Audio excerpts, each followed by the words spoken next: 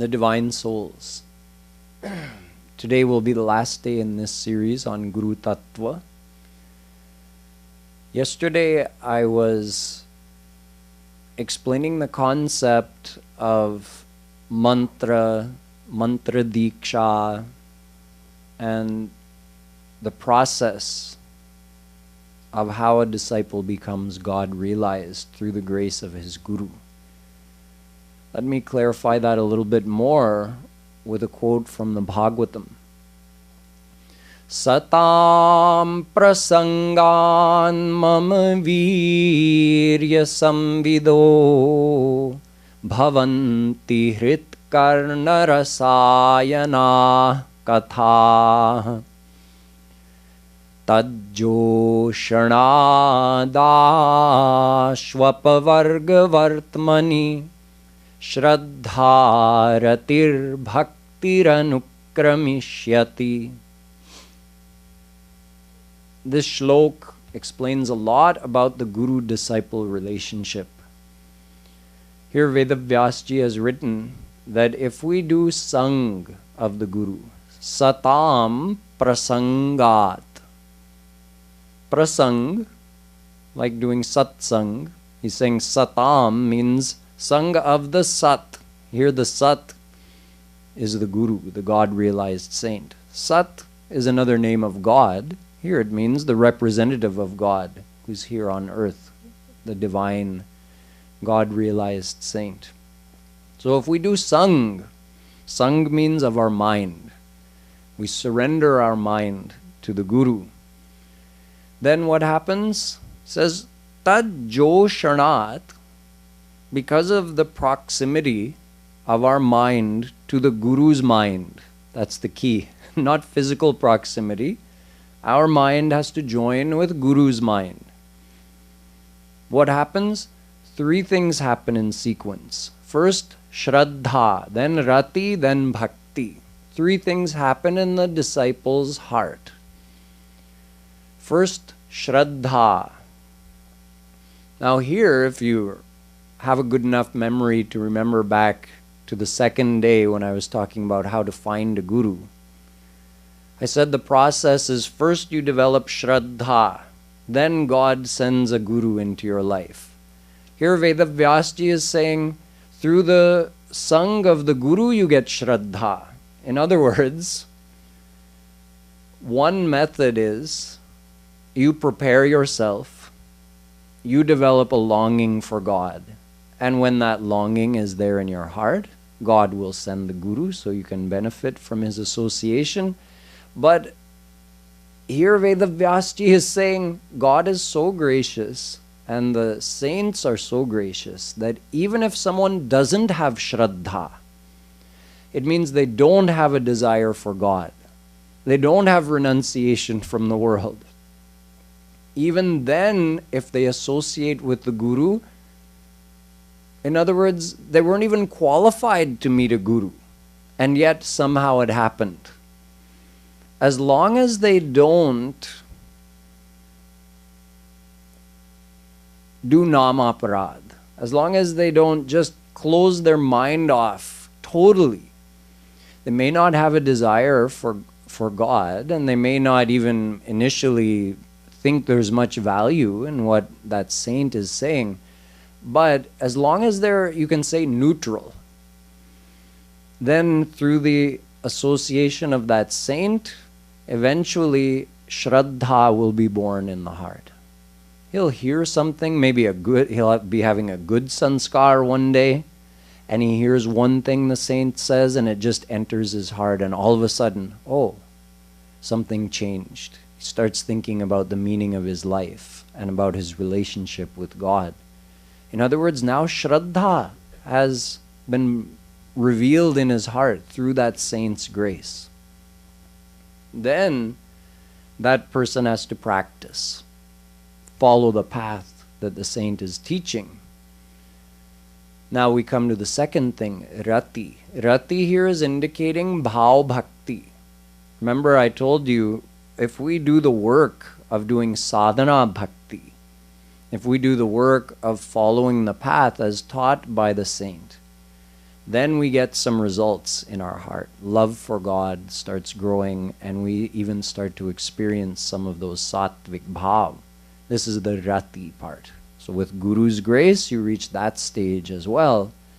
And when the mind is fully purified, then just like I gave the example yesterday, that once you've put all the bulbs and fittings and wiring and switches and everything in your house, as soon as you're done, you can immediately connect to the main power line, and the powerhouse delivers the power and everything lights up. Similarly, as soon as our heart is fully purified, we reach that third stage, bhakti. Here, bhakti means the divine bhakti, divine love. Guru instantly graces us with that. So I told you yesterday, this is the true deeksha. Once we become qualified, Guruji gives us deeksha. And that may happen through a mantra, you could say. Guru could give you a mantra at that time of God realization, and that mantra is empowered with the divine bliss, and you receive that and become God realized. Or a Guru could hug you and give the same thing, or just simply look at you and give the same thing, or you could be on other sides of the world and he could still give it to you. So this is true deeksha, and one should not get fooled by thinking that merely receiving a mantra, a spoken mantra from someone in the ear, and then repeating that mantra the whole life, that is actual deeksha. It's not. Actual deeksha comes when we're qualified, when our heart is fully purified, and actual deeksha is the moment of God realization. So we shouldn't think that simply by the mechanical repetition of any mantra that we're guaranteed entrance into God's divine abode. We have to do sang of that Guru. It's not like one time we go and get a mantra, bas Guruji ho gaye. No, we have to work to become real disciples. Gita says, Tadvidhi pranipatena pariprashnena sevaya upadekshyanti te jnanam jnaninas tattva darshina. You want that God-realized saint to show you the path? You want that saint to grace you with correct knowledge? You want that saint to help you find God? Then pranipatena, it means surrender your mind. Your mind, just like I told you, you surrender to the doctor, you surrender to your mechanic, you surrender to your landscaper who tells you, no, that won't grow here in this climate. Grow this instead. We surrender our mind to so many places, to so many so-called experts. So Guruji is the expert in the spiritual field. We surrender our mind to him. Pranipatena. Then pariprashnena. Find out, where do you have confusions? Where do you have doubts? And sincerely ask your Guruji, how do I clear these doubts? Can you please give me correct knowledge? In other words, you humbly ask, you don't challenge. Say, I have this misunderstanding, can you please, forgive me for asking it, but can you please clear that confusion up for me? And sevaya, we have to serve the saint. Then we can receive what the saint is giving. Nowadays we're so lucky, meaning we have it easier. Saints compensate a lot on our behalf. We don't have to do much seva. Back in the olden days, if you want to learn from a saint, have a Guruji teach you about the path to God, let me just give you one example of a way it may have gone. Someone who wants to learn from a saint goes near where the saint's ashram is and knows the saint is not going to just accept me like that. So he finds out that, okay, they use this much dal in this ashram every week. So he goes to the market and he buys that dal and he just anonymously leaves it outside the ashram. He's right now he doesn't have the courage to even go in front of that saint. He left the dal. Every week he starts leaving the dal.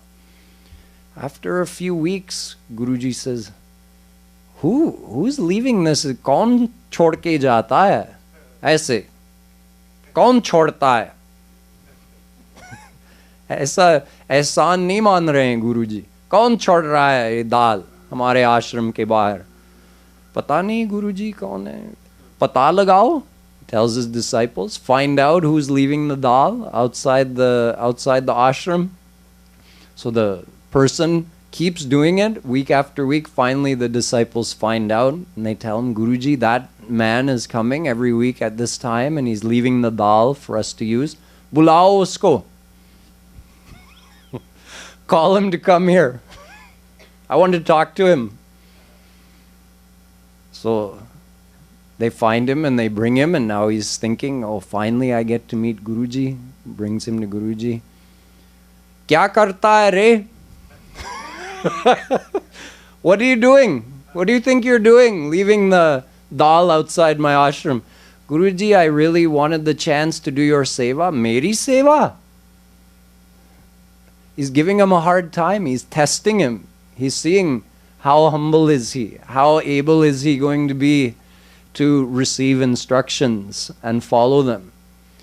So in this way, the Guru might have tested his disciple for a long time before he considered him qualified, that now I'm going to give you some spiritual instructions. Now, this is how you meditate. This is how you do devotion to Radha Krishna. And now that disciple is feeling so happy to receive those instructions and he follows them. Nowadays, it's the other way around. Guruji has to be humble in front of us, or else we'll do a 180 and turn and walk fast the other way, right? We're, हम लोग बहुत बिगड़े हैं कल युग में. We're, what we put saints through in this Kal Yuga is truly unforgivable, and yet they forgive us for it. What the saints have to do in order to become acceptable to us, which is funny, right? It's like a professor having to convince his students to learn. The professor is the topmost in his field, and the students come in the class like, oh yeah, let me see. Should I learn from this professor? Oh, I like this thing he's teaching. I don't like that thing. I'll follow this, I won't follow that. That's what we do to the gurus, and they have to say, he's just a child. I know he's ignorant, he can't help it, so let me do what I can to help him. At least if he does one thing out of 100 I'm instructing, he'll get at least a little bit of benefit. But the point I'm making is that we have to do the sang of the Guru. It's not just, there's no quick fix, there's no loophole, there's no shortcut. So just getting a mantra and saying like, okay, now the deal is sealed and Guruji is going to meet me at the gates of Golok. There's no such thing. We have to really associate with the saint. We have to follow the saint's teachings. And it takes a lifetime of effort on our part. But whatever effort we put in, the Guru's grace is received immediately. And that grace is the catalyst that increases our love for God and purifies our heart. So the Guru does, spiritually speaking, the Guru does everything for us that he or she can.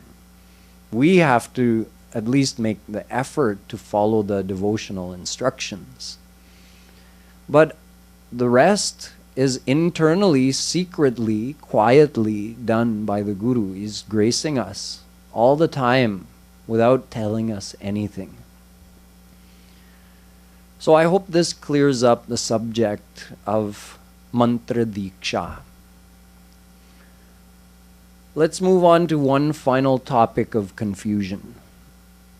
Sampradaya.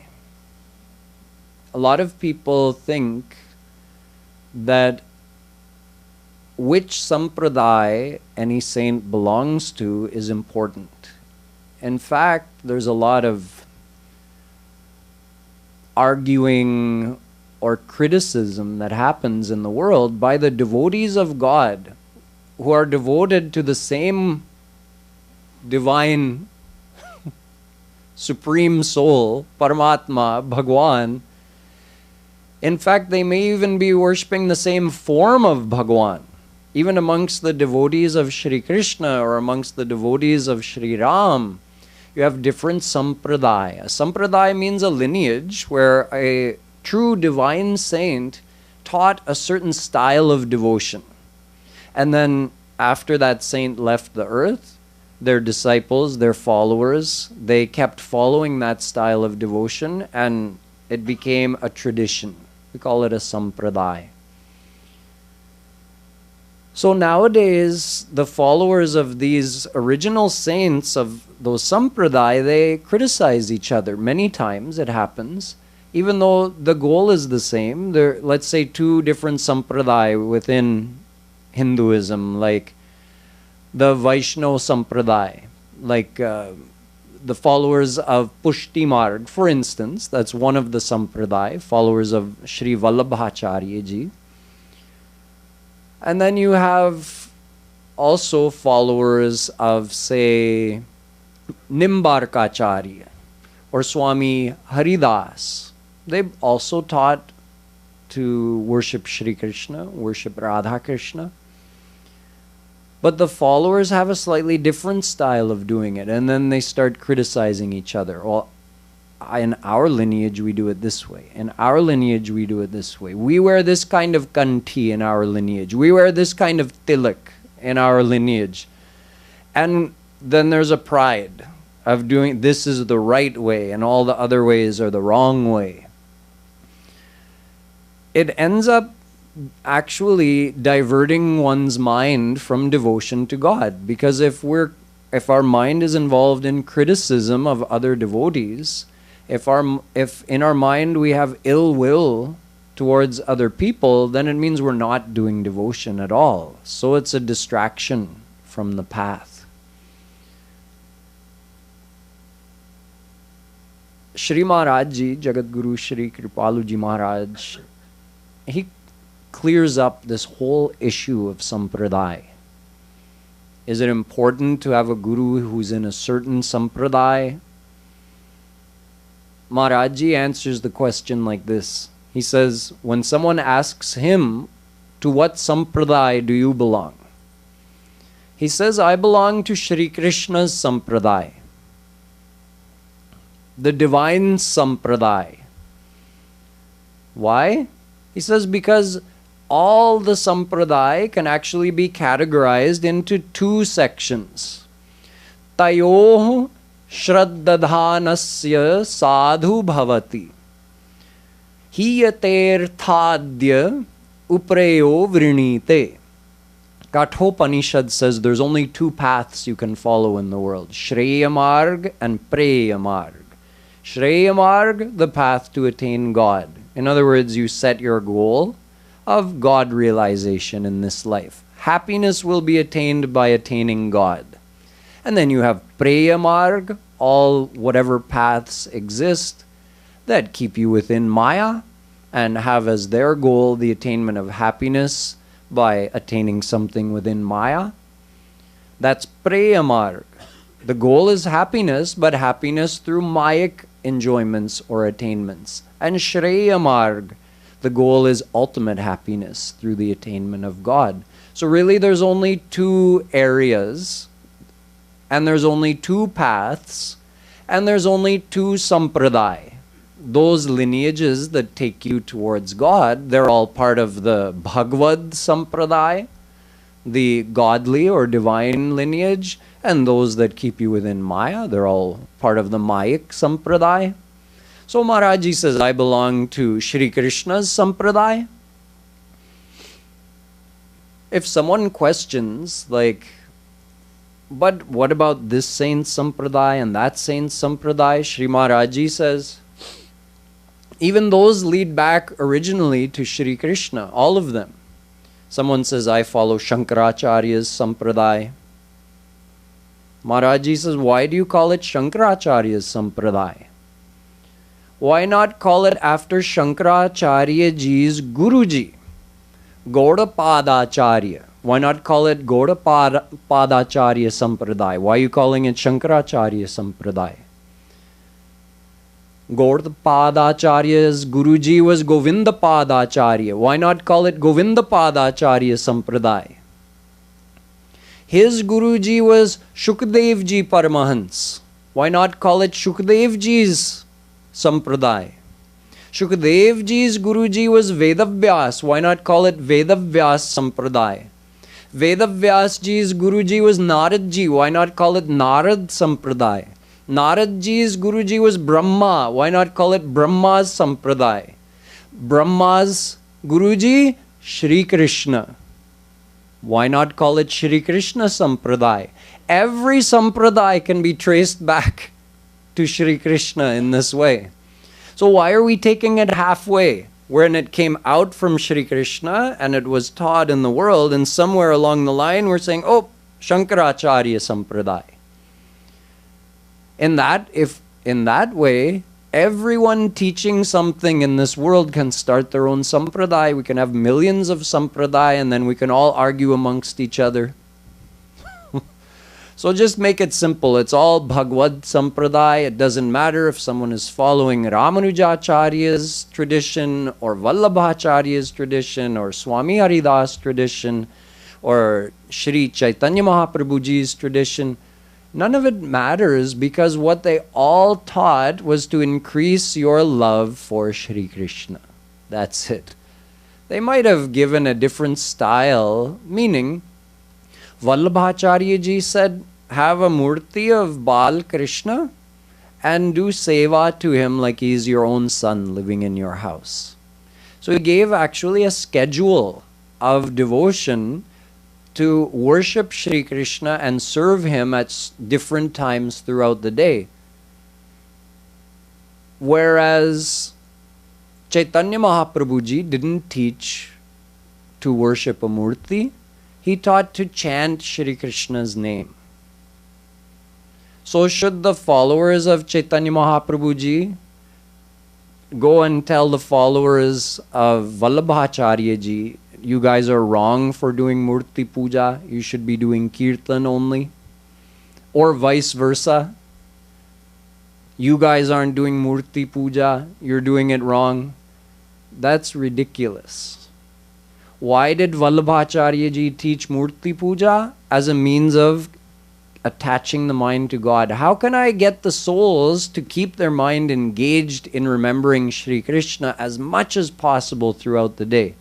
And why did Chaitanya Mahaprabhu Ji teach Kirtan? Because Kirtan is a very effective way of keeping the mind engaged in remembering God.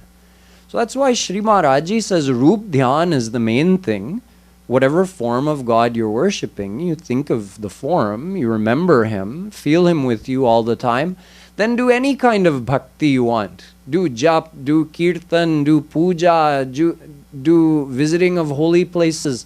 Those are all the external helpers that are meant to make it more easy for you to keep your mind in God.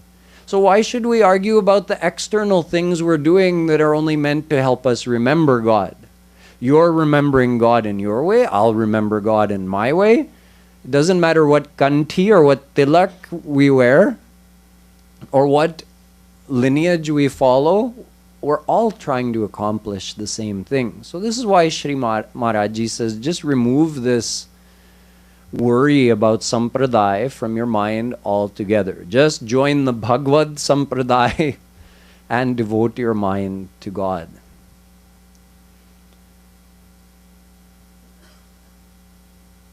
जब कोई पूछता था श्री महाराज जी से, जगतगुरु श्री कृपालु जी महाराज से, कि आप किस संप्रदाय के हैं, महाराज जी हमेशा बताते थे कि मैं भगवत संप्रदाय का हूँ, मैं श्री कृष्ण के संप्रदाय में हूँ। यानी दो ही संप्रदाय होते हैं, एक मायिक संप्रदाय, एक भगवद संप्रदाय। एक श्रेय मार्ग होता है जो भगवान की ओर ले जाता है, एक प्रेय मार्ग होता है जो माया की ओर ले जाता है। तो जो भगवान की ओर जा रहा है वो भगवद संप्रदाय में है, और जो माया की ओर जा रहा है वो मायिक संप्रदाय में है। भगवद संप्रदाय में बहुत अनंत संत हो चुके हैं, तो उनमें से कई संप्रदाय बन चुके हैं, लेकिन कौन किस संप्रदाय में बिलोंग करता है या फॉलो करता है उससे कोई मतलब नहीं है। कोई गलत नहीं है, कोई करेक्ट नहीं है, सब करेक्ट हैं, ऐसा बोलना चाहिए, क्योंकि मेन लक्ष्य है मन भगवान में लगाना। किसी ने सिखाया है कि मूर्ति पूजा से मन जल्दी लगेगा भगवान में, किसी ने सिखाया है कि कीर्तन करने से मन जल्दी लगेगा भगवान में, लेकिन प्रमुख बात है मन लगे। क्या उपाय, किस उपाय से आपने लगाया उससे कोई मतलब नहीं है, आपकी मर्जी है। तो सारे संप्रदाय उपाय बताते हैं मन भगवान में लगाने के लिए। ठीक है, तो आप कोई भी संप्रदाय अपनाइए या कोई संप्रदाय ना अपनाइए। जगतगुरु श्री कृपालु जी महाराज ने कई बार कहा है कि मैं संप्रदाय चलाना नहीं चाहता हूँ, इसलिए उन्होंने अपने गद्दी पर किसी को बिठाया नहीं। उनके बाद कोई जगत गुरु नहीं बनेगा, दूसरा जगत गुरु कृपालु, जैसे शंकराचार्य का सक्सेसर हुआ। आज तक जगत गुरु शंकराचार्य होते हैं, उनकी गद्दी पर बैठते हैं और उनका नाम पड़ता है जगत गुरु शंकराचार्य। रामानुजाचार्य भी, निम्बारकाचार्य, माधवाचार्य। कृपालु जी महाराज ने कहा कि मैं अब बहुत संप्रदाय हो गए हैं इस जगत में, मैं एक और नहीं चलाना चाहता हूँ, बस जो सिद्धांत मैंने सिखाया है उसको पढ़ो या सुनो और समझो और करो। बस आप कहे कि मैं कृपालु जी को फॉलो करता हूँ या ना कहे उससे कोई मतलब नहीं है, बस सिद्धांत समझो और साधना करो बस। तो ये संप्रदायों का रहस्य है, कृपालु जी महाराज का समन्वय है इसका। उन्होंने पहली बार सारे संप्रदायों का ऐसे समन्वय किया है, उनसे पहले किसी ने ऐसा समन्वय नहीं कर पाया।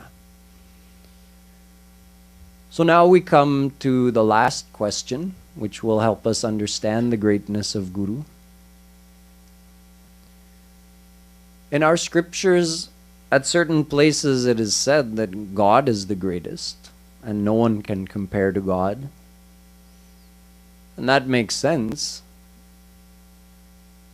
God is supreme. God gives life to every soul. God envelops this whole universe. The whole universe exists within him. Nothing could be bigger than God. Natvatsamostyabhyadhika kutonyo.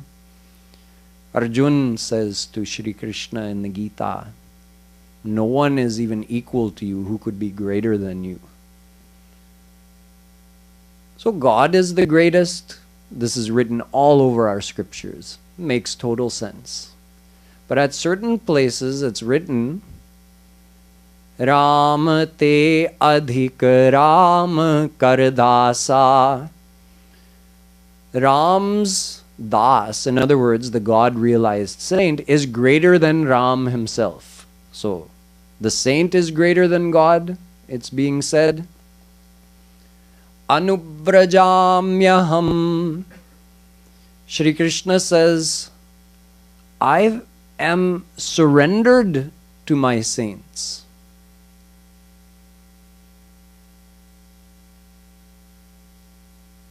I follow behind them when they walk because I want to receive their foot dust on my head so that I can be purified. Puye ye tyangri renubhi. Bhagavatam. Shri Krishna says, I want to get their foot dust on me. So, Shri Krishna himself is saying, my saints are greater than I am. And at certain places it says, Tasmin stajjane bheda bhavat. Narad Bhakti Sutra. There's no difference between God and Guru. Both are equal. Yasya deve para bhaktir yatha deve tatha gurau. Shvetashvatara says there shouldn't be a difference in amount of bhakti you have for God and Guru. You should have an equal amount of devotion to both because both are equal. Bhakti bhakta bhagavant guru chaturnaam bapu ek. They're all equal. So at certain places we have our scriptures telling us God is greater. At certain places Guru is greater.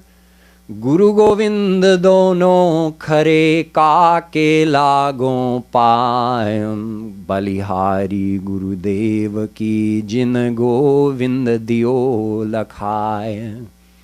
Guruji is greater because it's through Guruji's grace that I got to see God. And at some places it says they're equal. So which one is correct? Well, we understood why we say God is greater. That one is simple to understand. And we understand why it would be said that both are equal, because after God realization, God gives all of His divine knowledge, divine bliss, all His divine Shakti to the Guru. So now, when He's given everything, they've become equal. Why would Guru be said to be greater? That one is also pretty simple to understand. Without the Guru, we can't find God. Because Nirmal man jan so mohi pava, mohi kapat chhal chhidra na bhava. Bhagwan Ram says, I will only come to you when your heart is 100% purified. So what do we do to purify our heart if God is not going to come to us? When we have kapat, chhal in our heart, we have to purify it. Who's going to help us do that? Guruji will help us do that.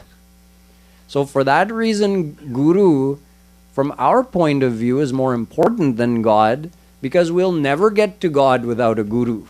Guru comes first. Guru helps us get to God. Guru does all the hard work of explaining to us, clearing our questions and confusions, purifying our heart, teaching us the path, helping us on the path. Guru does all of this, and once all that hard work is done, then Bhagwan Sahib comes. Maharaj Ji says it's like parents who raise their child. Let's say they have a girl and they teach that girl everything, educate her, feed her, make her grow up, become strong, intelligent, well-mannered, well-behaved. She has all the guna. And then the husband comes along and takes her interview and says, okay, she's a good match, let's go. In other words, Guru does all the work of taking care of us spoiled children. And once we become these perfect people, then Shri Krishna comes and takes us away. But actually, Shri Krishna himself in the Bhagavatam says, no, all three of these are wrong. To say that God is greater is wrong. To say that Guru is greater is wrong. And even to say that both are equal is wrong. Why? Acharyam mam vijaniyan navamanyeta karhichit namartya buddhya suyeta sarvadeva mayo guru. The first quarter of this shlok, Acharyam mam vijaniyat. Uddhav, Shri Krishna is saying, know me to be the saint. In other words, you compare two different things, right? You can say one is greater, no, the other one is greater, or both are equal. You can't compare the same thing to itself.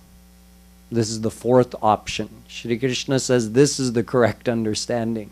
There's no, it's not that Guru and me are equal. No, we're one and the same. Because I'm sitting inside the Guru. The Guru has no more self-interest remaining. Shri Krishna says, I sit inside the Guru and I perform his actions. Once the ghee has been purified, it becomes quiet. But until it became purified, when you add heat to the butter, you're heating up that butter and burning off all of the water within it, then as it's bubbling and it's making a lot of sound. But once it becomes purified and it becomes pure ghee, doesn't matter how much heat you put on it, it doesn't make any sound. That's like the Guru, the God-realized saint. He's become kritarth, kritakritya. In other words, his doing is done. He has nothing more to do. Tasya karyam na vidyate. The Guru has no more work to do. He's attained God. There's nothing beyond that. No bliss beyond that, no knowledge beyond that. He's got the ultimate, absolute attainment. So now he's become quiet. But if you put some uncooked dough in that ghee, now it makes sound again, right? Right. But not for itself. It's making that sound to cook the puri. Once the puri is cooked and you take it out, the ghee becomes silent again. So Guruji is doing something in the world. Why? Humko pakane ke liye. Guruji is trying to take us to God. That's why he's breathing. That's why he's eating. That's why he's sleeping. That's why he's talking. That's why he's walking. Every single action the Guru does is governed by God. And it's done for the reason of helping other souls reach God. So that's why Shri Krishna says, मैं ही हूँ. वो कुछ नहीं करता है अब. मैं हूँ, मैं करता हूँ. वो तो कर चुका है, करना कर चुका है, अब कुछ नहीं करना है.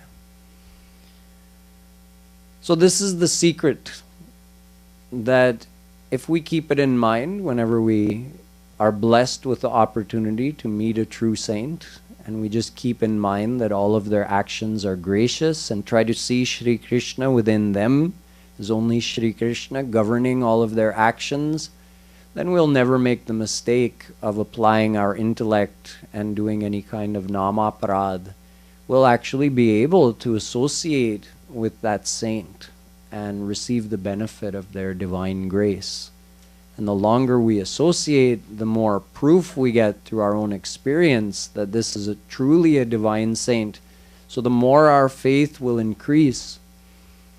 And the more our faith increases, the more of the saint's grace we're able to receive, and it goes on multiplying in that way until the mind is fully purified. And in the end, Guruji then graces us to remove that final veil of Maya and meet Radha Krishna face to face. Gurur Brahma, Gurur Vishnur, Gurur Devo Maheshwaraha. Guru is Brahma because Guru sprouts the seed of devotion, the seed of bhakti in our heart, that bhav. Guru sprouts that. That catalyst of the Guru's grace is required for that. Guru is Vishnu because Guru maintains and protects the devotee on the path. If the devotee makes a mistake, the Guru forgives him. If the devotee does namaparad, the Guru forgives him. If the devotee gets confused, the Guru answers his questions. If the devotee diverts from the path, the Guru pulls him back onto the path. So he's Vishnu, protecting. And in the end, the Guru, as Bhagwan Shiv, destroys the bondage of Maya. And Guru Sakshat Param Brahma. Then you see, once the bondage of Maya has been destroyed and with Guru's grace you got divine eyes, then it is actually the Guru who appears before you in the form of Radha Krishna. Guru Sakshat Param Brahm. Then you realize, oh, it was Shri Krishna all along who came to me in the form of my Guru. I didn't know before. So this is the secret of Guru Tattva in gist, as I had to squeeze a lot of knowledge into only 6 days.